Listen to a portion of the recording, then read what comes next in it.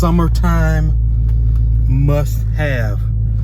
You know, I noticed the car smells different coming out of the QV. That's the Alfa Romeo for those that do not know. All right, let these windows down. Windows down. Only one went down. Look, man, it's like every time I get in this car, I absolutely enjoy the drive. The drive is different. Of course, your vantage point is different being in the M3 or in a car that sits lower. Now, this car doesn't sit anywhere near as low as some of the supercars and things like that. But for a sports car or a high-performance sports car, it sits a little low, especially in comparison to a sport utility vehicle, a sport activity vehicle, or crossover, or any of those like the Stelvio QV that sits up. When I'm driving the QV, I'm thinking about how refined it is, how great it feels, how fast it is, how good it sounds, and that the idea of moving beyond the M3 is actually present in my mind. Like, really, it is.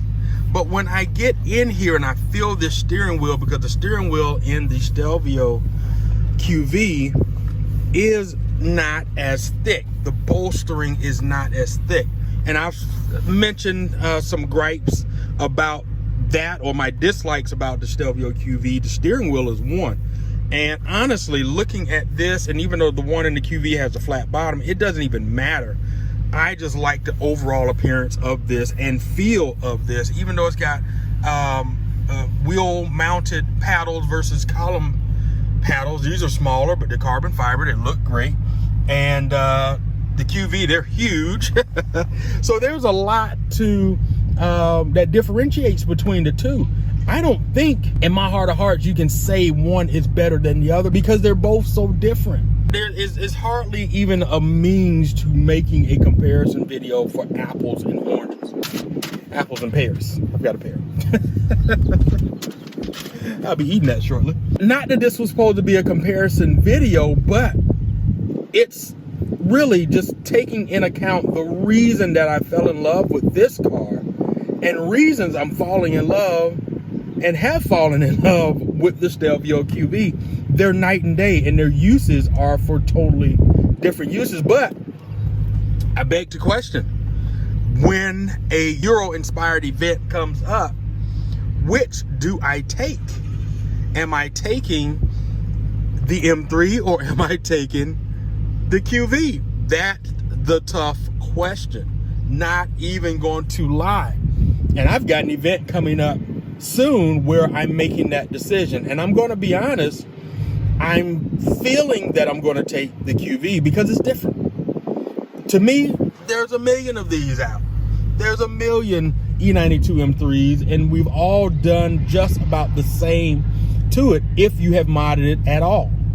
Now, granted, I don't have a lot of carbon fiber bits. I don't have the GT4 or GTS, diffuser, lip, wing, any of that. I do have side skirts. Both front lip and side skirts is matched in design. One's a gloss finish, and one's a piano gloss finish, and one's a matte finish. It is space gray. It is Fox red interior. It is DCT. You know, I'd made some different little touches here and there, different from other people. I haven't upgraded the steering wheel. I love this steering wheel. It just feels good. So there are some things that I will end up doing. Yes, it's stage 2, catless downpipes, all of that.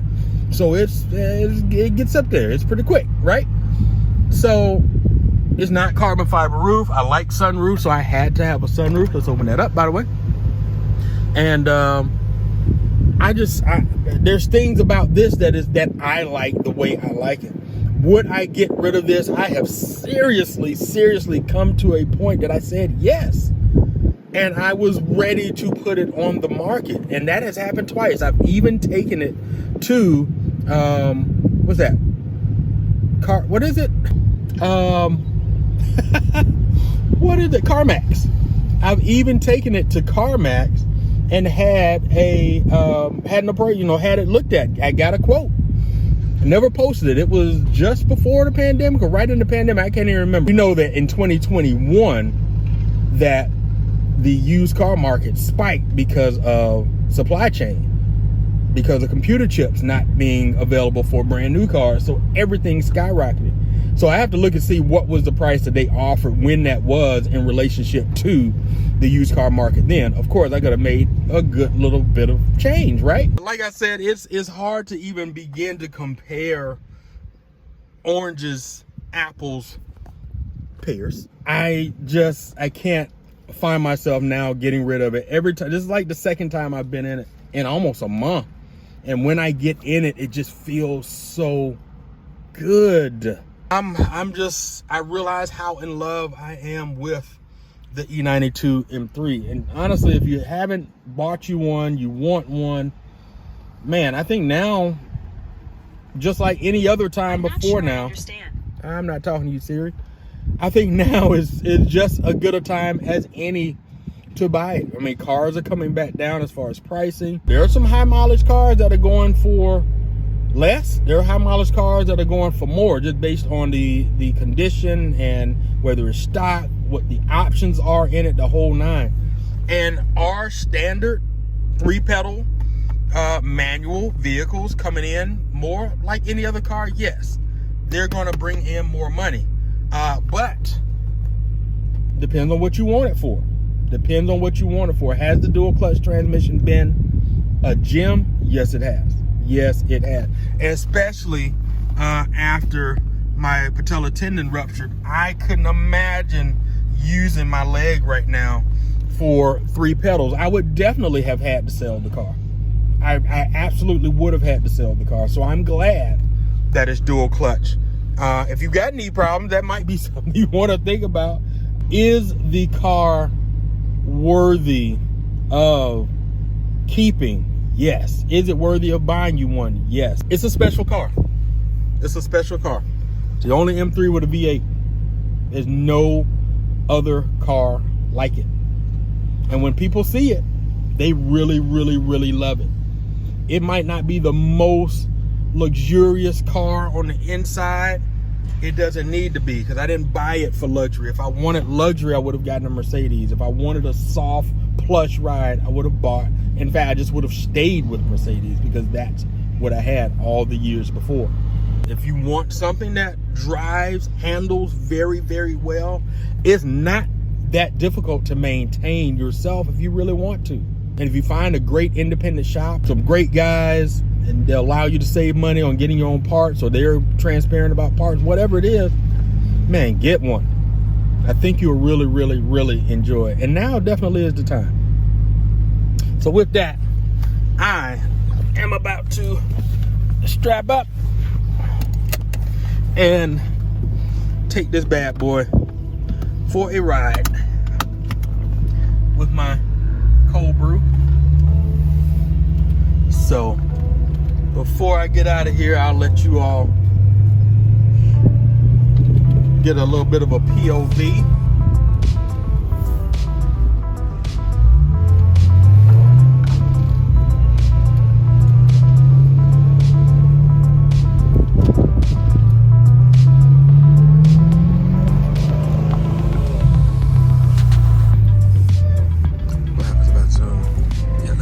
Let's do wide lens.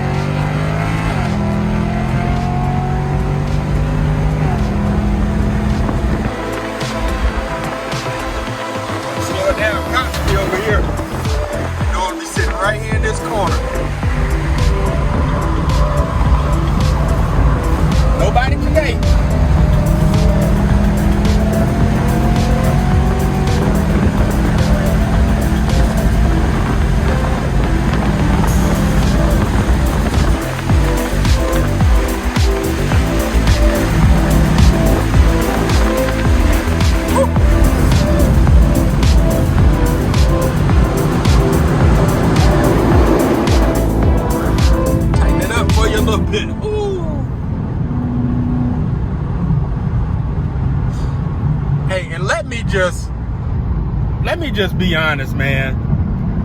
When those turbos spool up in the QV, bro, the car is fast AF. It is fast. It is much faster than this, but it ain't as raw as this. It is not as raw as this. It's just not. This feels so planted. The steering feels so tight. Even when the QV tightens up, it is not as tight as this. It's just absolutely not. It's not. Now, I gotta remember which way am I going. I am going, yep, we're gonna go. Oh man, I almost lost my water over there. No, don't go. Ah.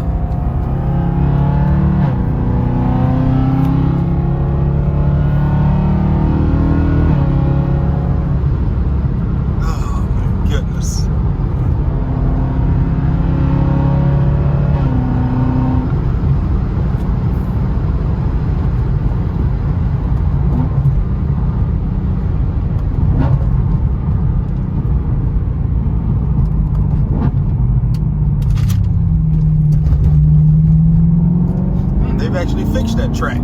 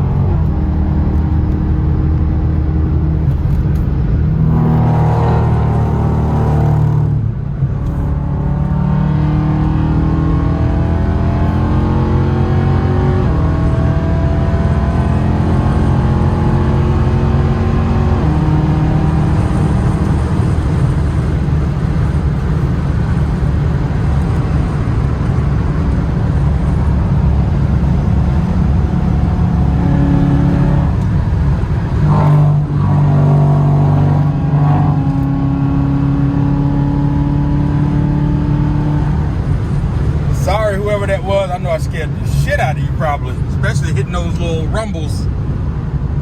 Jeez.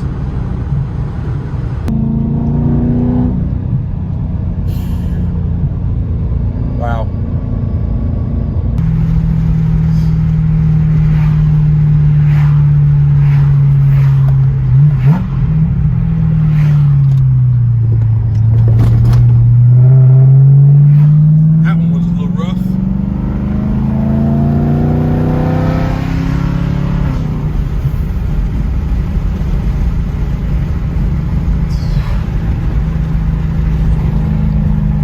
Selling it at all. I can't do it. I can't do it. I cannot pull the trigger. I can't even do it to myself. And that's not even about not wanting to level up. I'm gonna level up. That's gonna happen. It's gonna happen. I say that, and I haven't released that video yet. So depending on where this comes out, it's either before or after, but I talk about leveling up and being willing to give up things to do that. I think I needed to go. How far down does this go?